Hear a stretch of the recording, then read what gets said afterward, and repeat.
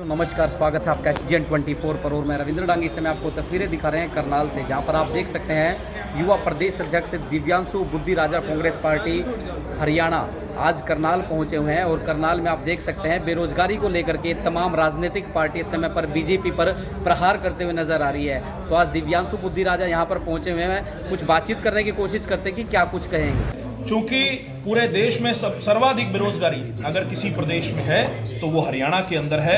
हरियाणा ने सभी प्रदेशों को बेरोजगारी के मामले में पीछे छोड़ दिया है।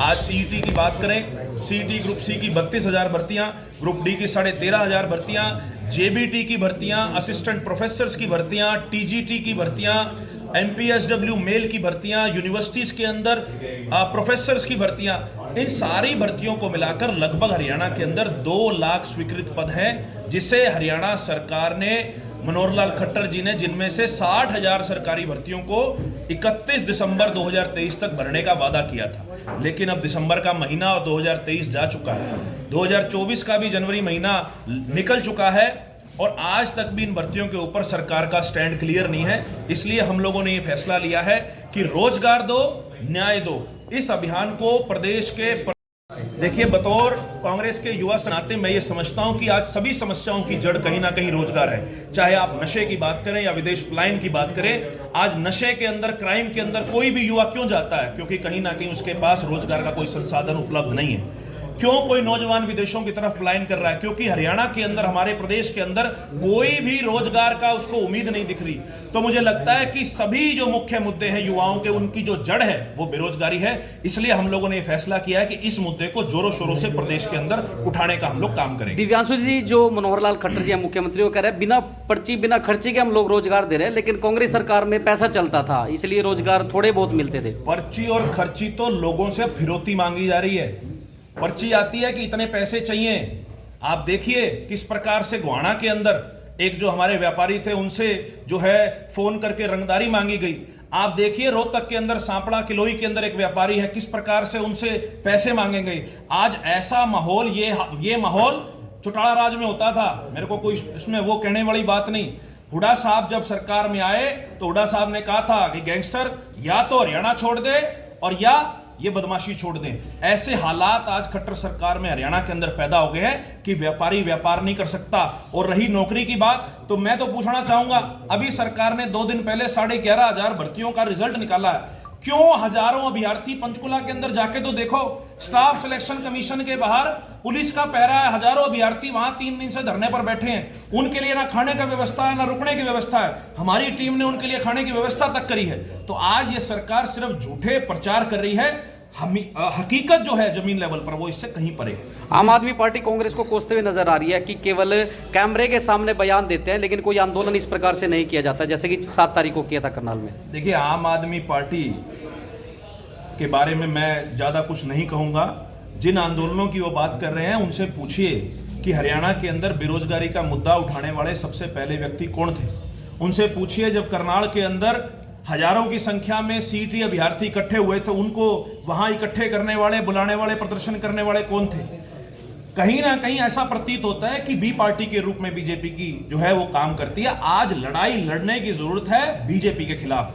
आज लड़ाई लड़ने की जरूरत है जो 10 साल से शासन कर रहे हैं उन लोगों के खिलाफ। तो मुझे लगता है कि आम आदमी पार्टी के जो स्ट्रेटेजिस्ट हैं उनको अपनी जो है रणनीति बदलने की जरूरत है। विपक्षी पार्टी बीजेपी की जो है ये क्रिया दी है, तो मेरा ये व्यक्तिगत मानना है कि ऐसा प्रतीत होता है कि कांग्रेस के प्रति उनका जो बयान है वो कहीं ना कहीं बीजेपी की बी पार्टी के। तो नीतिगत आप क्या कहना चाहेंगे उस मुद्दे को लेकर? क्या वो पार्टी का गठबंधन जो है वो मेरे जो है दायरे से बाहर है। मैं चूंकि यूथ कांग्रेस का प्रदेश अध्यक्ष हूं, ये फैसला हमारे आला कमान का है, हाईकमान का है, राष्ट्रीय नेतृत्व ये फैसला लेता है। तो मुझे लगता है कि इसके ऊपर मैं कोई बयान ना दूं तो बेहतर है। 80,000 सरकारी नौकरियां दी गई और बीजेपी सरकार की यदि बात करें तो 1.25 लाख से ज्यादा सरकारी नौकरियां, वो भी बिना पर्ची और बिना खर्ची सरकारी मेरिट पर भर्ती का दावा सरकार करती थी। मैं इन आंकड़ों को पूर्ण रूप से गलत मानता हूं जो मनोहर लाल खट्टर जी ने अपने 10 साल के शासनकाल के आंकड़े दिए। मैं चैलेंज करता हूं, मैं पिछली बार भी यहां से चैलेंज करके गया था। मनोहर लाल खट्टर जी, आप दिन बताओ, आप जगह बताओ, आप बताओ कि कहां आना है। आप अपना रिकॉर्ड लेके आओ, हम अपना रिकॉर्ड लेके आए, हो जाए चर्चा, मीडिया बैठा होगा, लोग बैठे होंगे, हम बताएंगे कि हमने कितनी भर्तियां करी हैं। और आप बताना आपने कितनी भर्तियां करी हैं। उनके गृह क्षेत्र में चैलेंज करता हूं मनोहर लाल खट्टर जी को, आप करनाल बुलाओ, आप चंडीगढ़ बुलाओ, आप दिल्ली बुलाओ, हरियाणा के किसी विधानसभा में बुलाओ, जिस दिन आपके पास समय हो, समय स्थान आपका, कागज हम लेके आएंगे, कागज आप लेके आओ, फैसला हो जाएगा। अभी धनखड़ साहब रोहतक में थे तो एक बयान आया था कि हुड्डा शासनकाल में नौकरियों की जो भर्तियों की बोलियां लगती थी।